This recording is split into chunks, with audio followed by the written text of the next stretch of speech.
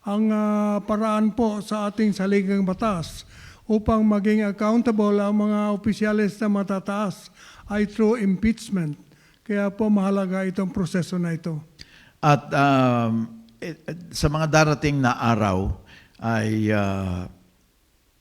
ang Vice President kinakailangan magbigay ng sagot doon sa sumbong or yung impeachment complaint na naipadala na sa Senado, binigyan ng 10 araw ang Vice President or up to June 1 para sagutin ang mga paratang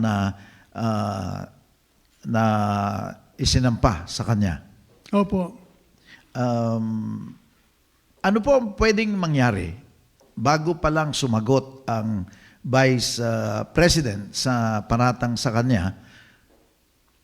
Sa mga susunod, ngayon po ay May 26, June 1 is 5 days from today. Ano-anong pwedeng mangyari para hindi nabubulaga ang taong bayan kung meron mang mga motion, meron mang pleadings na i-file ang nasasakdal? Unang-una po, tandaan natin na itong proseso na ito ay nag-umpisa sa pamamagitan ng isang pag-file ng complaint sa ating mga House of Representatives at ito po ay dinitis sa House Committee on Justice at nag-report ang Committee of Justice pagkatapos ng hearing, nag-report sa plenary recommending adoption of impeachment articles at ang plenary bumoto. Napakalaking boto, 257 against 25, endorsing the articles of impeachment. And these articles were submitted and received by the Senate. So the Senate naman ay nag-convene already as a tribunal, impeachment tribunal, by taking a separate oath. Ang saligang batas nag-utos na pag sila ay umupo bilang tribunal ng impeachment, kailangan sumumpa ng panibagong pagsumpa. At ginawa na ito. At pagkatapos binigyan ng respondent, ang ating pangalawang Pangulo, 10 araw upang sagutin ang articles na ibig sabihin na sagutin yung mga sumbong laban sa kanya. 10 days, after that 5 days naman for the prosecution, yung panel ng House to reply. And then they will have a pre-trial after that trial. Naka-schedule po ang trial July 6 sa alam ko. Balikan po natin, ano-ano po ba yung mga sumbong or paratang na isinampa sa pangalawang Pangulo? Ang grounds po ayon sa saligang batas ay betrayal of public trust, graft and corruption, high crimes, at saka yun po, at saka yung failure to file SALN, mga ganon na grounds. Mga undeclared wealth. SALN, ill-gotten wealth, mga ganon.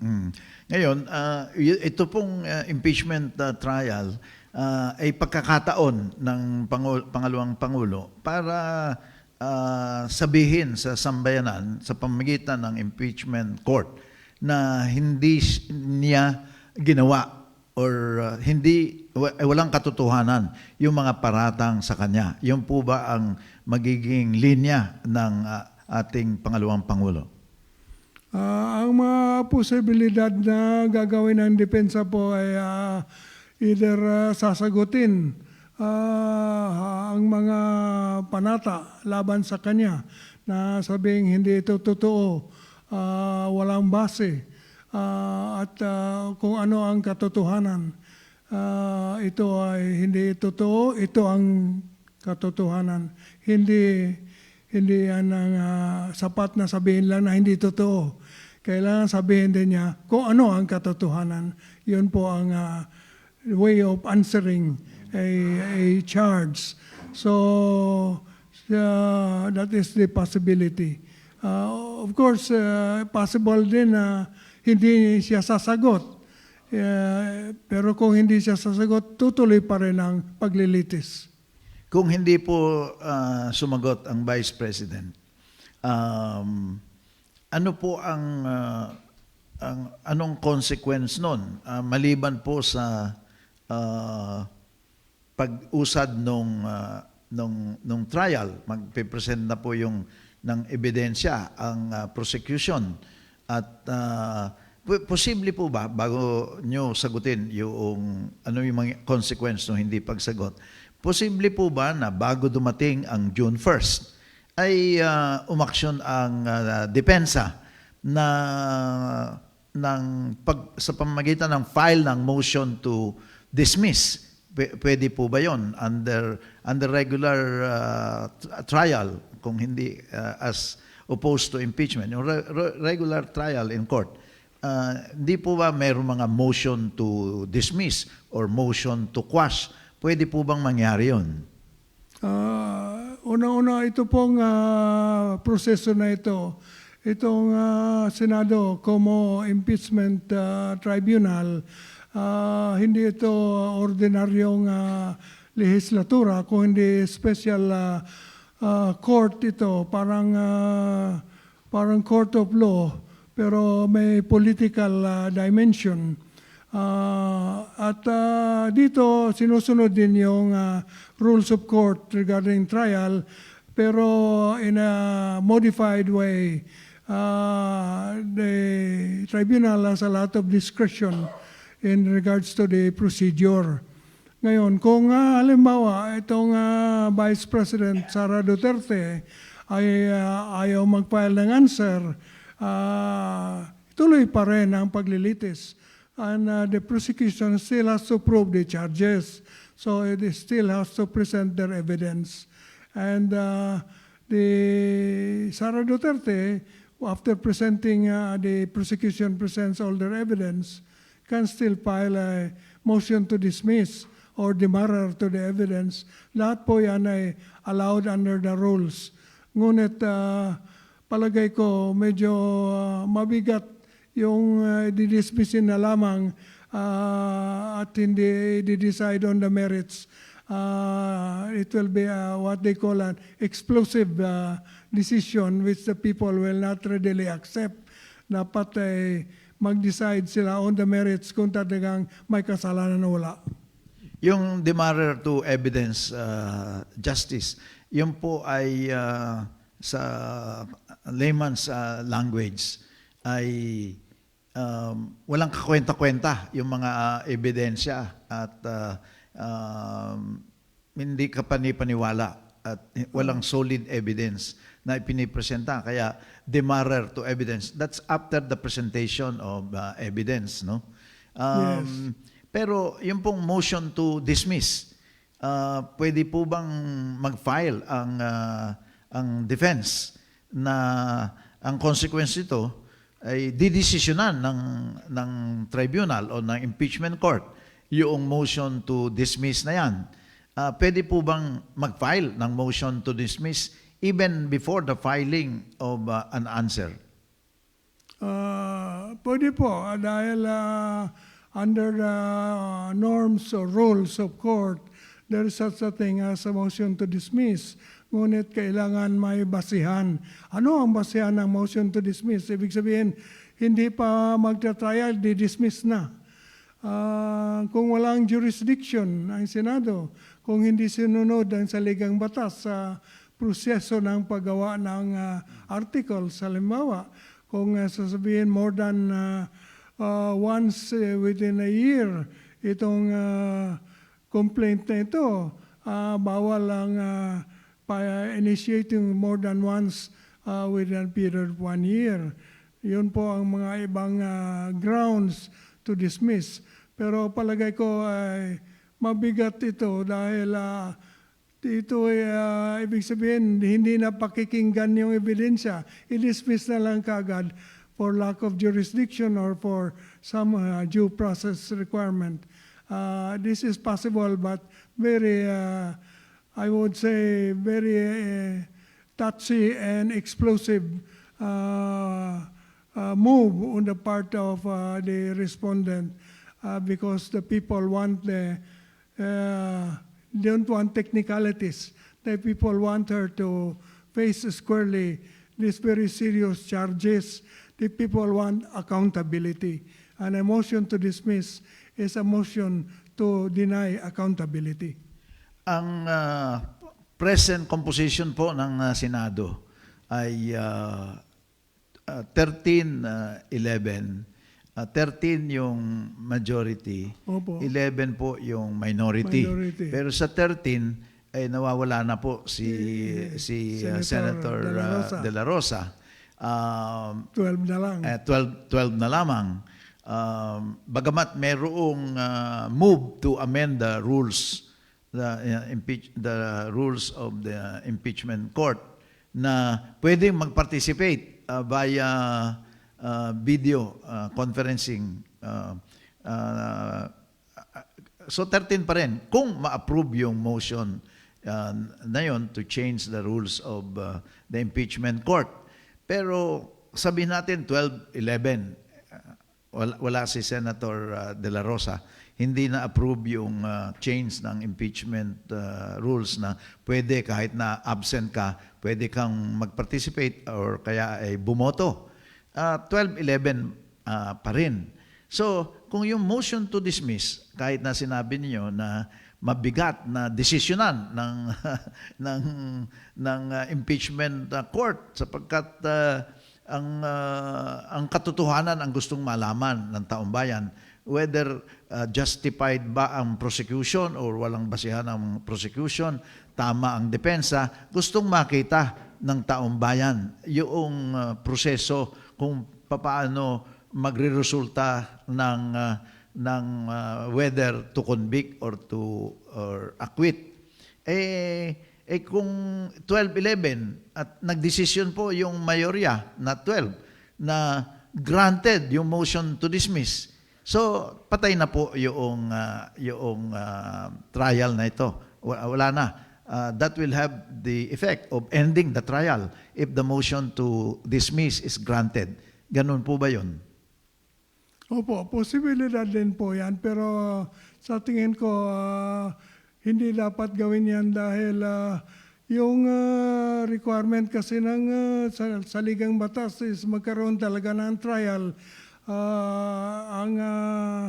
Ang inuutos once they receive the articles is to go to trial forthwith. So dapat maglilitis talaga itong gamitin ng technicality upang i-dismiss kaagad. Ay palagay ko maaaring questionin ito sa Supreme Court kung sakaling gagawin nila on the ground that it is a dereliction of the duty to proceed to trial under the Constitution or a grave abuse of discretion. Maaring lahat po ng motion ay aakyat sa Korte Suprema. Yung sa expanded certiorari jurisdiction ng Supreme Court. If there's a grave abuse of discretion, nang ibig sabihin, ginrant yung motion to dismiss or demurrer to evidence or motion to subpoena witnesses or documents. Ang daming motion na pwedeng i-file either by the defense or by the prosecution. Pero because nga under the Constitution po, ay pwede kang umakyat. Kung may grave abuse of discretion, pwedeng umakyat sa Korte Suprema. Anong mangyayari kung delay po ng delay yan ay hahaba ng hahaba at baka umabot sa susunod na kongreso na yung magiging moot and academic na rin because bago na yung impeachment court. By the way, it's another constitutional issue. Whether kung umabot na nung natapos na yung term, yung present Congress, tuloy-tuloy pa rin ba yung impeachment court na yan na iba na ang mga composition ng Senado. So, yung pong bandang huling ito, sa kanyo na sagutin. Pero, ano ang magiging epekto? Madidelay po kung lahat ng issue or motion is decided on the basis of number, meaning majority 12. Parang ganun po, masyadong matigas na yung division sa Senado sa impeachment court kasama na yon. So yun po, worst scenario yun. Worst scenario, sinasabi natin hindi yun ang mangyayari. Pero it can happen na lahat ng motion ngayon patigasan na. O sige, i-grant ng court yung motion na yan, motion to dismiss, akyat. Sabi ng Supreme Court, you cannot do that. At balik uli. Then another motion, meron na namang ipapailang basically, pagka-prolong, lalong maganda sa depensa, no? Sa defense, generally. Ano? So, yun po ang posibleng mangyari. Isn't that possible, Justice? All those things are possible, Senator. Tandaan natin that there are two important kinds of decisions or verdicts that the Senate can, as an impeachment tribunal, can do. The one is the final verdict. After trial, both sides presenting evidence to render a decision. And this decision is either to convict or to acquit. And this needs, to convict, needs two-thirds vote, two-thirds of all the members of the Senate. There are 24 members. Two-thirds of 24 is 16. So you need 16 votes to convict. And convict means removal and disqualification from office. Okay, that's final verdict. The other one is the procedural verdict, the decisions on motions, motion to exclude witnesses, motion to admit evidence, all that. All those be simple majority lang. Kailangan simple majority, hindi kailangan two-thirds. So it is important to have majority because it is the majority that will control so-called narrative of the trial. All those other kinds of motions, motion to dismiss, motion to archive, motion to compel witnesses, lahat yan will be decided by simple majority. So, kailangan po tingnan natin kung makuha ng isang grupo ang majority dahil sila ang magkocontrol ng pagtakbo ng trial. Under the expanded certiorari jurisdiction of the Supreme Court, yung mga grave abuse of discretion, kung umabot na po sa punto ng decision, whether acquittal or conviction, is this decision of acquittal or conviction is still subject to review by expanded certiorari jurisdiction of the Supreme Court? Pwede ba bang tingnan ng Supreme Court kung mayroong abuse of discretion on a decision whether to acquit or convict? Palagay ko, Senator, itong kung final verdict is not appealable. It's final, and Supreme Court cannot reverse whatever is the decision of the Senate Tribunal because that is the sole power. Sole power, maliwanag po yan sa Linggong Batas, that the Senate as an impeachment tribunal has the sole power to try and decide an impeachment complaint. Hindi na po subject sa Not subject to certiorari expanded. certiorari by the Supreme Court because that would be against the sole power Okay. of the Senate. Nabanggit po natin si Senator Bato de la Rosa na ngayon ay hinahanap na ng mga otoridad para hulihin. Kinukonsidera siya na fugitive from justice. Minsan narinig ko kayo na parang hindi siya fugitive from justice. Pero I do not know the timeline nung napanood ko kayo. Hindi ko alam kung kailan nyo sinabi yon. Sa ngayon po na maliwanag na merong arrest warrant issued by the ICC, how would you consider Bato de la Rosa, Senator de la Rosa now? Is he a fugitive from justice or not? Magandang tanong yan, Senator Joey, because a fugitive from justice is not entitled to participate in proceedings. So, halimbawa talagang deklarado siyang fugitive, ito si Senator De La Rosa, then he cannot vote in the Senate as a fugitive. He is prevented from participating in proceedings, court proceedings. So if he votes, that will be questioned as a fugitive. But whether or not he is counted in the final verdict of a two-thirds vote, since he remains a senator, member of the Senate, even if he's a fugitive, the 16 votes required remains 16, in my opinion, even if he is a fugitive, because it says two-thirds of all the members of the Senate, and members will still include him because he's being fugitive does not mean he's no longer a member of the Senate. He has to be expelled. The Senate has the power to expel a member, and unless he is expelled, the two-thirds vote will still include him in the computation, although he cannot vote as a fugitive. Ano po ang may papayo nyo kay Senator De La Rosa?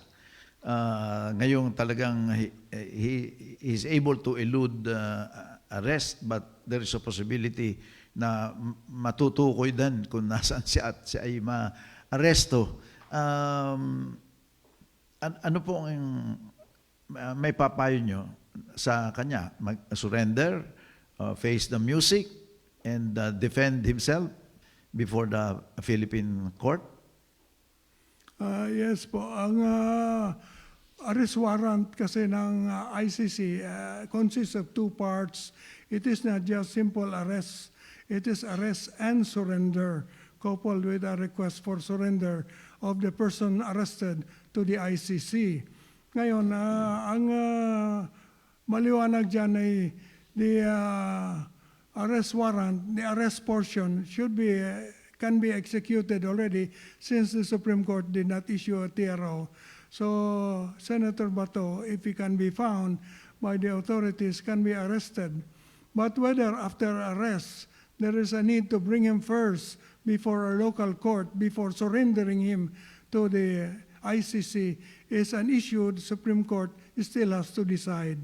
So I advise Senator Bato to surrender to the arresting officers, but insist on his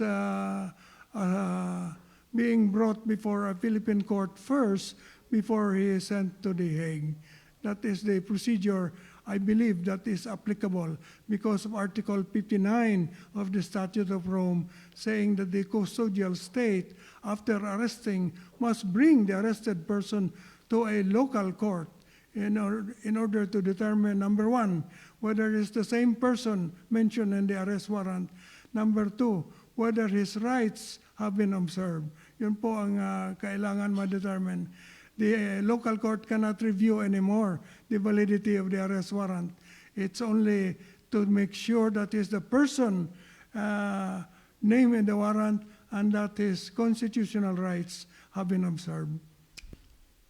Justice, yung pong second point na sinabi nyo na kinakailangan tingnan ng korte whether, for example, due process has been observed with regard to the person being charged. Like, was he able to know the charges against him? Yes. Yan po, basic right yan. Ano ba yung paratang sa akin? Binigyan ba ako ng pagkakataon na sagutin yan? Yung mga paratang na yan? Definitely, ang sagot po dyan negative because it's already an international tribunal that has taken the steps to also give him the right in the proper forum, which is the International criminal court. Pagka ganun, talagang hindi po siya maisusurrender because definitely he has not undergone preliminary investigation here. He has not been formally charged before any court here. So, on the practical level, talagang hindi maisusurrender sa Hague si Senator De La Rosa. Maaari siyang arrestuhin. As you said, there's no problem about that. Can he be detained? Yes, he can be detained pending the Determination. The determination by a local court of those whether he is the person named in the warrant, whether he understands the charge under the warrant, and whether his rights have been accorded him. Yun po ang medyo mabigat na timbangin because I'm not aware of any case really filed against him in the Philippine court unless I'm mistaken. So talagang ang determination yun ay talagang he has not just in our jurisdiction, hindi pa siya nabibigyan ng due process because wala namang kaso sa kanya. Dito lang sa ICC lumabas yung pangalan niya, nakasama siya dito sa EJK.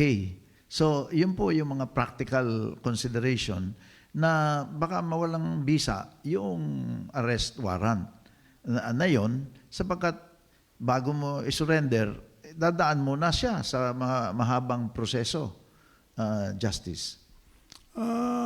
Hindi po dahil limitado po ang poder ng local court sa proseso na itong Article 59. It cannot review anymore the probable cause issue. It can only determine whether he is the person named in the warrant, whether he understands the charges, and whether his rights accorded him. Yung rights na doesn't include the right to a preliminary investigation dahil nagawa na yon sa Hague. And under our complementary jurisdiction principle, yung ginawa sa Hague na preliminary investigation, valido na sa atin yon. Well, that's a very important point to consider. Of course, Senator De La Rosa can raise all the objections or defenses so that he will achieve the objective of not being surrendered by the Philippine government to the International Criminal Court. Yes. So, ngayon po, anong may papayo niyo, Justice, sa mamamayang Pilipino na naharap sa isang napakahalagang kaso sapagkat hinalal si Vice President Sara Duterte ng napakaraming Pilipino. At ang pagtanggal sa, yun po ang consequence, kung conviction, matatanggal sa opisina si Vice President at hindi na siya pwede pang tumakbo for any other public elective office or disqualified, whether appointive or elective po yata yun. Hindi na ma-appoint din sa anumang opisina sa gobyerno. Sino po ang at kinakailangan nga malaman ng taong bayan ano ba talaga yung mga ebidensya? Tama ba yung ebidensya? Ito ba'y gawa-gawa lang? Mahina ba itong ebidensya? Dapat malaman ng taong bayan. So anong advice ninyo na talaga maibibigay sa sambayan ng Pilipino dahil napakahalaga itong nangyayaring paglilitis sa ating Vice President? Opo, dapat natin matandaan na itong paglilitis na ito, mayroong partisipasyon ng taong bayan because the ultimate judge is not the Senate but the people themselves. So the people will be the ones, kasi nakalagay sa ligang batas natin, public office is a public trust. All public officials and the employees must be accountable at all times to the people. Ang accountability is to the people. The Senate is a impeachment tribunal representing the people. They are elected by the people. So the ultimate judge here is the people. If the Senate tribunal elects to acquit, there's still the people. And that's important that the evidence should be shown through the means of television to the people so that the people can judge whether or not the verdict is correct. The ultimate judge being the people. Sino po, assuming conviction po ang magiging hatol ng impeachment court, sino po ang papalit sangayon po sa saligang batas sa pangalawang Pangulo? Mayroon pong nakalagay sa ligang batas that in case the office of Vice President is vacant, it will be filled by appointment by the President upon the recommendation of Congress from among their members. So it has to be a member of Congress to be appointed by the President. So pwede pong senador, pwedeng congressman. Pwedeng senador, pwedeng representante. Paano po mag-agree yung dalawa? Two bodies po yun. Kung sino sa kanila, kung saan pipiliin, sa House ba o sa Senado. Paano Opo. sila, ano yung procedure na yun na dapat gawin, Justice? Wala namang specific procedure, pero yung nangyari kay Vice President Gingona when Vice President Gloria Macapagal became President, nagka-vacant yung office of the Vice President. It was filled by appointment of Senator Gingona as Vice President. So sila in Congress will determine whom to recommend to the President for appointment to fill the vacancy.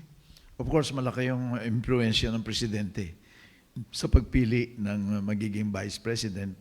He can use his influence and recommend to Congress whom he wants to be Vice President to work with him. Palagay ko po, dahil the President is the one that will appoint, although he has to appoint someone nominated by Congress. So it's not automatic that it's the Senate President that will assume the Vice Presidency or the Speaker. Pero sa panahon ni Nixon, di ba si Gerald Ford yung naging presidente who comes from the House? Hindi po ba, if you recall? Pag ang Sa bagay, member din ng Congress. yes, pag ang vacancy ay temporary lang, there is a different way of filling that kind of vacancy. But if it's permanent, it has to be this way. President appoints from a nominee of Congress. Ano naman ang advice nyo? Last question. Anong advice nyo sa mga senator judges, Justice Ascuna? Tagubilin ninyo naman o appeal to members of the Senate, now constituted as an impeachment court, in handling this impeachment trial? My advice would be to fulfill the oath that they will have to take, the special oath. Tinignan ko po, Senator Joey, ano ba yung oath na yan? And it says one thing only, to be impartial. They are required. They take their oath, solemn oath, that in everything in relation to the impeachment trial, they will be impartial. So yun po, they will forget their political affiliations, they'll forget their personal interests, they'll be impartial only to what is true and what is just and what is fair. Kaya kakambal nung unang advice nyo naman o pakiusap sa taong bayan, sila ang taong bayan ang talagang magiging hukom kung ang senator judges ay magpapasya na hindi kumikiling kahit kanino, kung hindi sa katotohanan lamang. Ang taong bayan ang may kapangyarihan magbigay ng ganyang pasya. Opo, as the ultimate judge of the fairness of these final results of the proceedings, whatever it is, ang taong bayan natin ay dapat sumunod sa mga pangyayari upang magkaroon sila ng informed judgment as to whether or not to accept what the Senate will finally do with respect to the impeachment complaint. Pahabol na huling tanong. Karapat-dapat ba o tama ba na halimbawa ay conviction ang naging desisyon or acquittal ang naging desisyon? Tama ba na ang taong bayan ay baliwalain ang desisyon at pumunta na lang sa kalsada at magsagawa ng tinatawag na people power?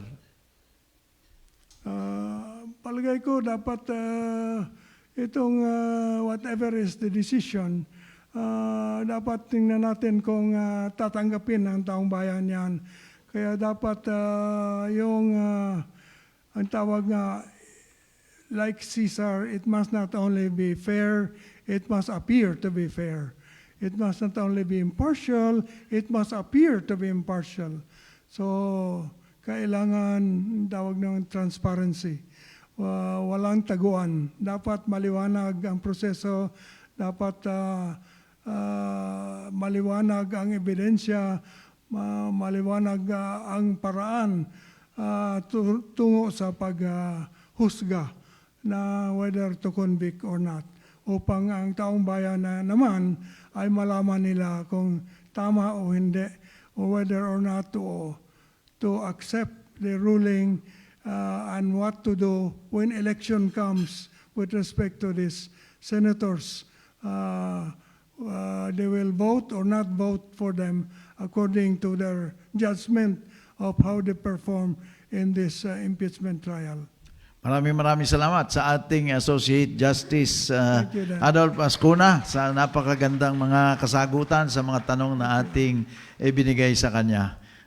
Natural na pumalakpak ang ating mga kapatid sa media. Naliwanagan natin ang mga issue na maaring humarap sa atin sa mga susunod na araw. 26 ngayon, 5 days to go to file the answer. A lot of things can happen. At least naipaliwanag natin, hindi tayo na masusurprise kung merong mga initiative gawin either the defense or the prosecution in this impeachment case.